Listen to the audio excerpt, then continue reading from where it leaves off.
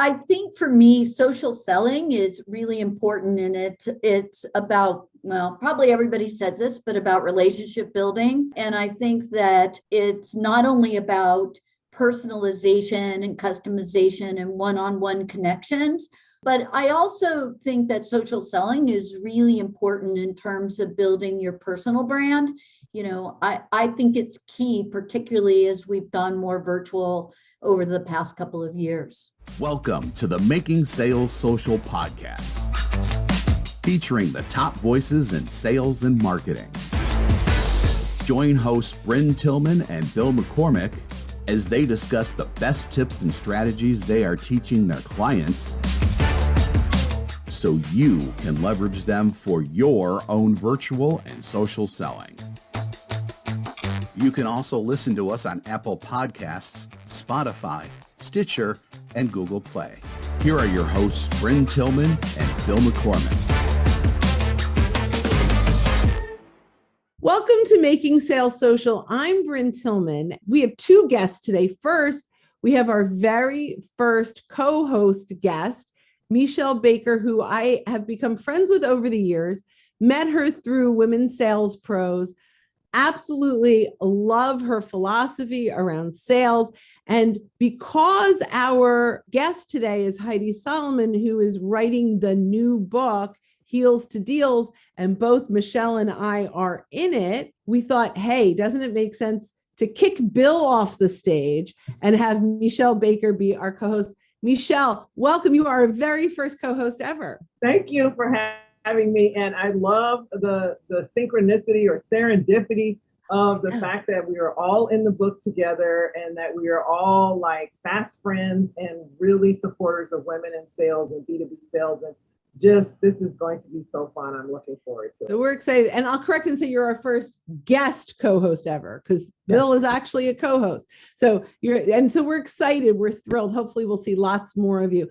So now I'm going to welcome, hello, Heidi Solomon, Girls Who Sell. Very excited to have you here. You are on a mission to really promote women in sales. So please tell everyone a little bit about you. Yeah, thank you, Bryn and Michelle. I'm so excited to be here with the two of you today. It is totally awesome. And I just want to say how thrilled and honored I am that the two of you are going to be in the Heels to Deals book. It's a chance for us to amplify the voices of rockstar women in sales and demonstrate how women are really dominating in the business to business sales profession. So thank you. That's my only plug, I promise. Yeah, no, we'll mention a few times because we want to dig in and talk about what we're going to learn from that. But before we do, we ask all of our guests the same question. First question is, what does making sales social mean to you?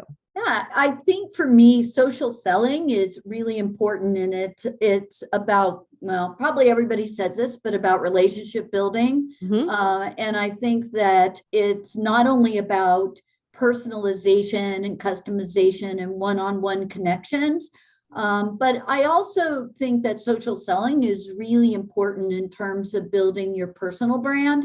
And I think it's key, particularly as we've gone more virtual over the past couple of years. I love that. Well, thanks so much. And I'm going to kind of just ask Michelle real quick, since she's sort of a guest co-host, what does making sales social mean to you? I would just dovetail off of what Heidi said, and it is really about creating relationships. So I tell people more transactional, less transactional, more relational. Yeah, right? I love that. And when it's social, you're focusing on adding value to the person, and it's more of a partnership. It's a relationship where you get to work with them. And we see the businesses that last and thrive, they are establishing and keeping those ideal clients. They're keeping a pool of people who come back to them, who repeat. I call it repeats, referrals, and recommendations make up what we call the rated fan client. And you can only have that when you're social, when you know about them, when you've had conversations and know things that are outside the product, service, or offering. You're really engaged with the person, the human behind the sale. I love that. Thank you. So And maybe even a little Oh. celebration along the way. How's that? A little party, maybe A with little some partying, social selling, little partying along the way. Exactly. Work hard, play hard, right? And that's There the you go. social part, right? It is. There you Social. go. So I love that. So Heidi, I'm going to ask you Yeah. the first question around what inspired you to put together Heels to Deals? Like why now? And what is the inspiration behind putting that together? If it makes sense, Bryn, maybe I can give some background on the journey to Girls Who Sell, because I think it's part of our mission. Is that okay? Yeah, go ahead. So I have been, in sales for over 30 years, started my career in advertising and marketing. And like so many other women, maybe there's a handful that, woke up one morning and said, business to business sales is my calling. But for me, that was not necessarily the case. And while my father was a huge influencer on me and role model, because he was an entrepreneur and still today one of the best salespeople I ever knew, I fell into sales, right? It wasn't an intentional career choice for me. And I have had a 30-year career in business process outsourcing, which is a complex, high value, long sales cycle, business to business sales. And when I started in BPO over 30 years ago, it was significantly male dominated. In fact, fast forward even, 30 years from then, and it's still significantly male dominated. And I was the only woman at the table.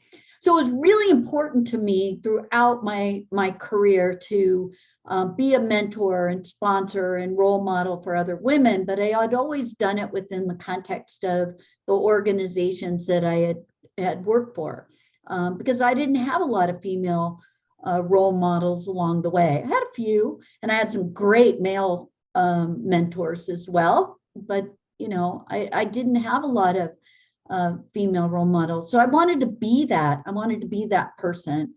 And after the death of my parents, both of my parents in 2019, it was a really emotional and difficult time for me. And so I took pause in my life and really started thinking about my career and how I wanted to give back and what did I want my legacy to look like. And I decided that what that was going to be for me was to get very intentional about democratizing sales for women. I think B2B sales is the best profession in the world. So how do we get more women into it? And so that was it. Girls Who Sell was born. I started in late, 2019, we started putting our business plan together. 2020. Can I ask you a couple questions on it? 2020, we Girls Who Sell was born, and we launched in January 2021. So yes, of course. No, because I want to get into some of the meat around this, which is really exciting, right? Yeah. So why do women dominate, or what is it about the qualities in a woman that dominate sales? Yeah. And Michelle, I'd love your perspective on this as well. But I think that, I know, women have the innate personality traits to be successful in sales. You talk about social selling and relationship building. That's what women are all about naturally. And I don't want to put people in buckets or stereotype. I understand that we're all complex human beings, and there's a lot of men that do this too. But in general, women are more relationship oriented. We have higher levels of emotional intelligence, which plays well in sales. We're detail oriented. We are solution focused. So there's, a lot of just innate skill sets. And there's a great article, by the way, which was really one of the foundations of why Girls Who Sell was born, which is the Harvard Business Review article, which talks about how women are the future in business to business sales. I happen to think that women are not the future. I happen to think that we are now, and we we always have been. But okay, that's the name of the article. But that article talks about, how women have the personality skill sets to be successful. And in fact, we consistently and significantly outperform our male counterparts. I'd like to hear Michelle's comments on that question as well. Why are women so good at sales? We're good listeners too, active listening skills too. Yeah, I would absolutely agree with everything Heidi said. In addition to that, I think about the fact that women tend to be nurturers.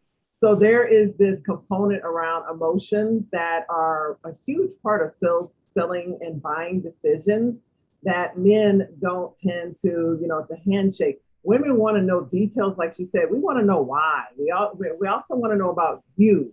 There's a propensity for a little bit more caring that tends to happen when a woman is involved, right? And like she said, the details, they can quickly assess when someone else is emotionally struggling. Whereas a male, that dominance tends to not exist. They just want to get to the business at hand. And you often hear them say business is business, it's not personal, which doesn't make sense to me. Business is business of humans. It's a contact sport. If there's nothing else, it is very personal. All business is personal. Yeah, and I believe that appreciating and all of the little components that really solidify and make relationships strong and open doors, women are masterful at.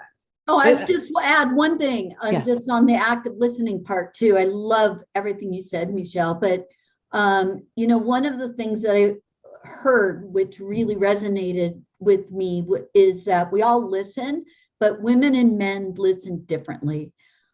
Women tend to listen to understand, whereas men listen to respond. Oh, so that's a big one. In, because when you think about what Michelle said in terms of women being really good at creating solutions, right, and solving problems, I think it starts with the strength of our active listening skills, and we want to understand the problem. Yeah, I would agree with her, because that's that tendency that they just want to fix it.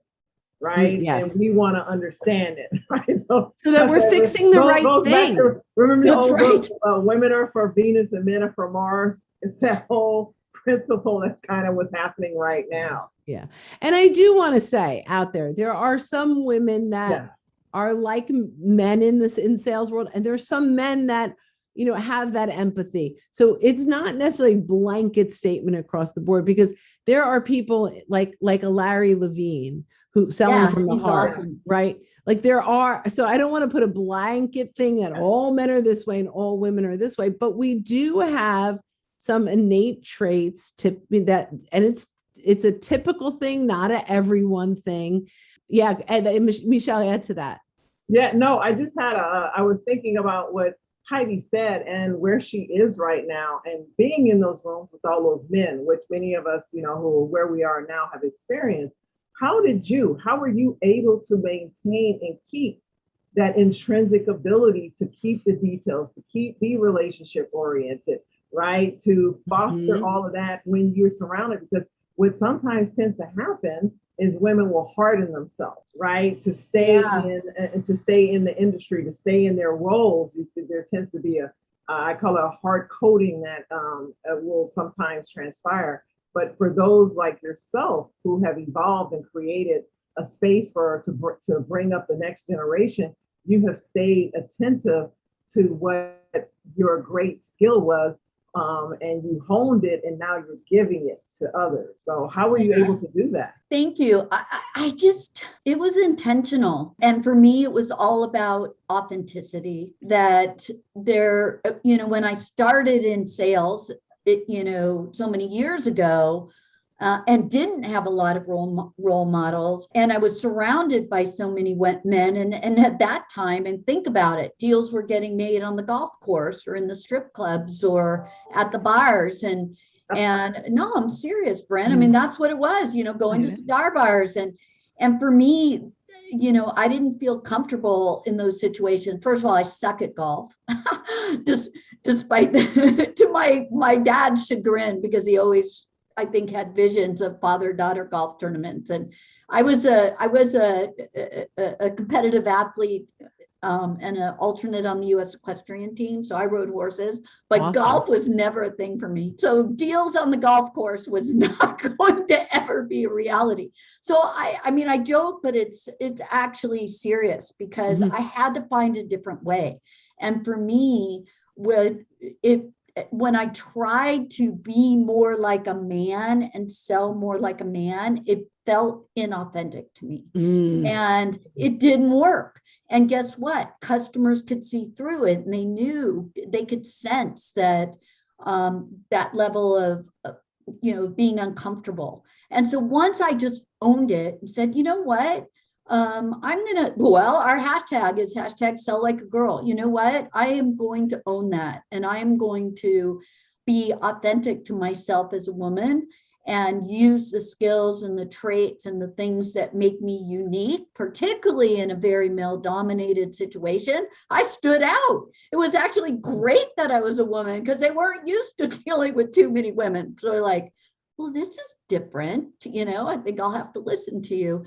And I kicked ass, right? I've sold well over $1 billion in revenue, and have created, thousands and thousands of jobs around the world in my 30-year career. And so It worked.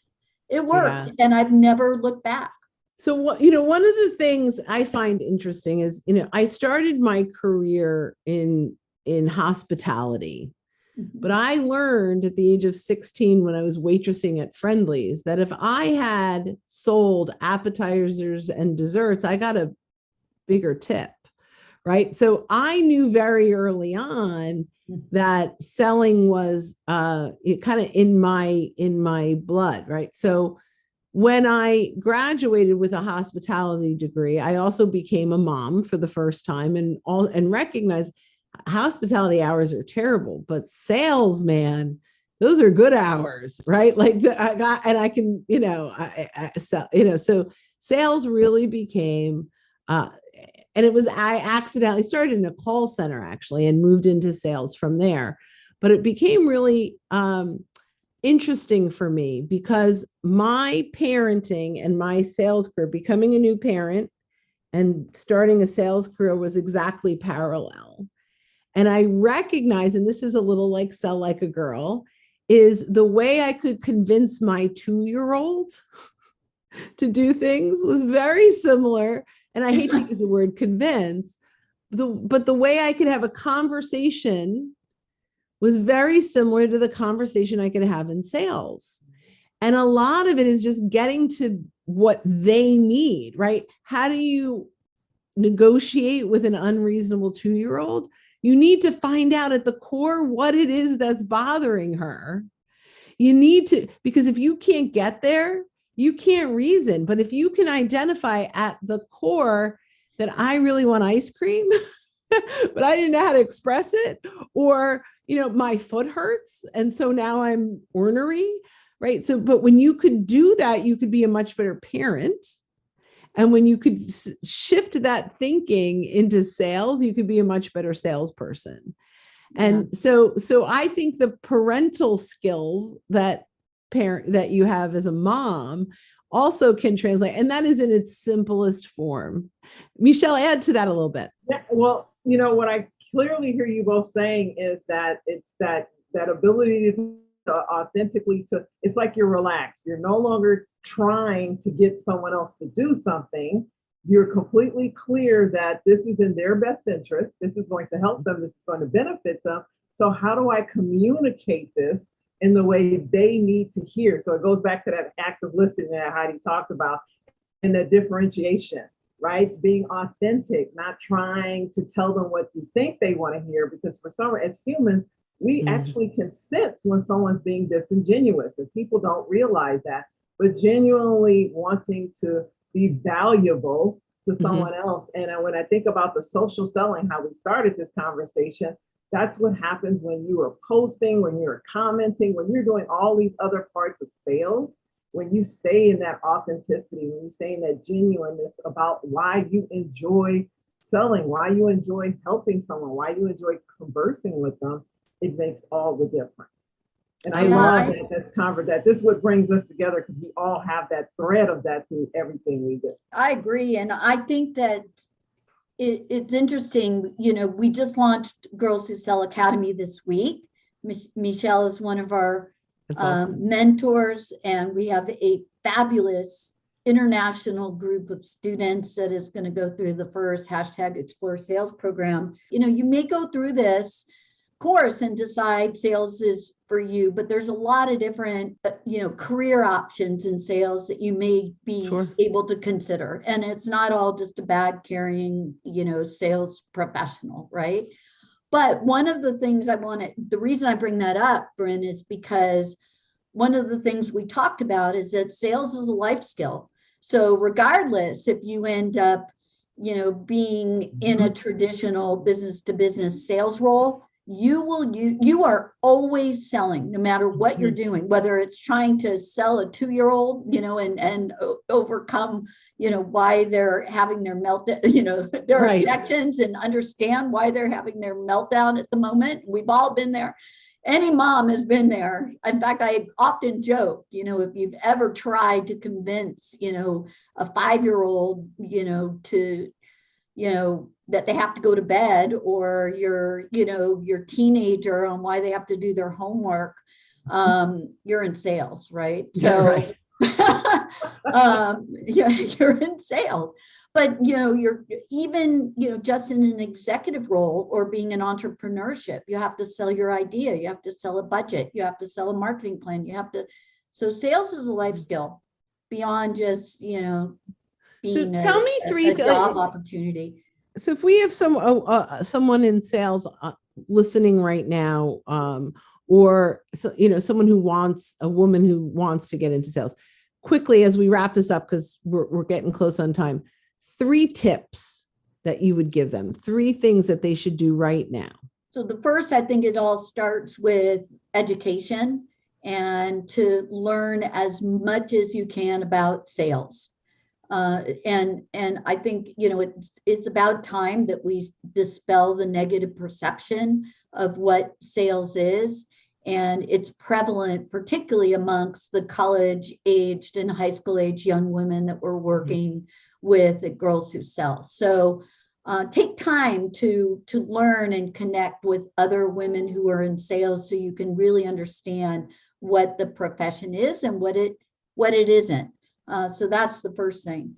As you get into sales, I would encourage anyone listening that they should find a mentor, and that's a good one. And so that they should, connect with other women that are going to help them on their sales leadership journey, or other men. It could be men as well, but people who are going to mentor them and sponsor them along the way. And then the other thing that I will scream it from the rooftops, you will never hear me stop advocating for this, is that women need to apply for jobs regardless of whether they meet 100% of the qualifications or not. One of the biggest problems that we have right now, is that women feel like they need to check, all the boxes, and just think of a qualifications list as aspirational goals. And not any single person is going to meet 100% of them, but apply anyway. Men do. Men do if they meet, I don't know. I don't think there's any formal study on this, but, informally it's been said, men, if they meet 50 to 60%, of the qualifications, are like, that's not a bad average. We're like, if it's not 100%, why bother? Well, don't do it. Yeah, and we're just like, well, I'm not, and it's more because we're worried, I don't want to waste anybody's time, or, I won't be successful, or, so that we're concerned about that. I will tell you, the only way that we are going to get more women in sales is if, 1, women view it as a viable career option, and 2, they apply for jobs. I love this. And I think there's so many great takeaways from today. Yeah. I am so grateful to have. Bryn, I'm sorry, Yeah. before we wrap, and I know we're at time, but I I'm just gonna- want, yeah. I feel like I never answered your question about why Heels to Deals came Okay, go out. ahead. Yeah, And that's great.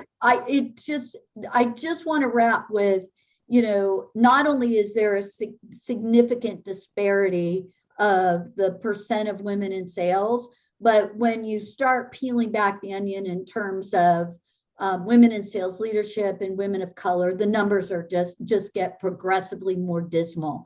And I feel as though as we look to position sales as a career option for the youth who are our future, right? Mhm. It's not me. I'm at the back end of my career. It's really the youth coming up that are the future of sales, that it's important to share stories, and sales is storytelling. And so for me, there is no book out there that is about sales that's amplifying the voices of diverse women in sales from around the world, that's also published by a female publisher who happens to also be a woman of color. So it's really, really unique and special. Thank you. I'm so glad that we got that in. So that's great. And I am honored to be part of this. I know that Michelle is Absolutely honored. and we did not even know it until we had both even submitted our chapters. And so it actually, the universe keeps bringing Michelle and myself back together. So it's kind of cool. I'm loving that. So this was really great. I really love this. I'm so thrilled to have Michelle Baker as our first guest co-host, and just as honored to have Heidi Solomon, Girls Who Sell, with her new book, Heels to Deals. Thank you all for tuning in, and just make sure the next time that you're out and about that you're making your sales social. Bye, everyone. Thanks for watching, and join us again for more special guest instructors bringing you marketing, sales training, and social selling strategies that will set you apart. Hit the subscribe button below to get the latest episodes from the Making Sales Social podcast. Give this video a thumbs up and comment down below on what you want to hear from us next. You can also listen to us on Apple Podcasts, Spotify, Stitcher, and Google Play. Visit our website, socialsaleslink.com, for more information.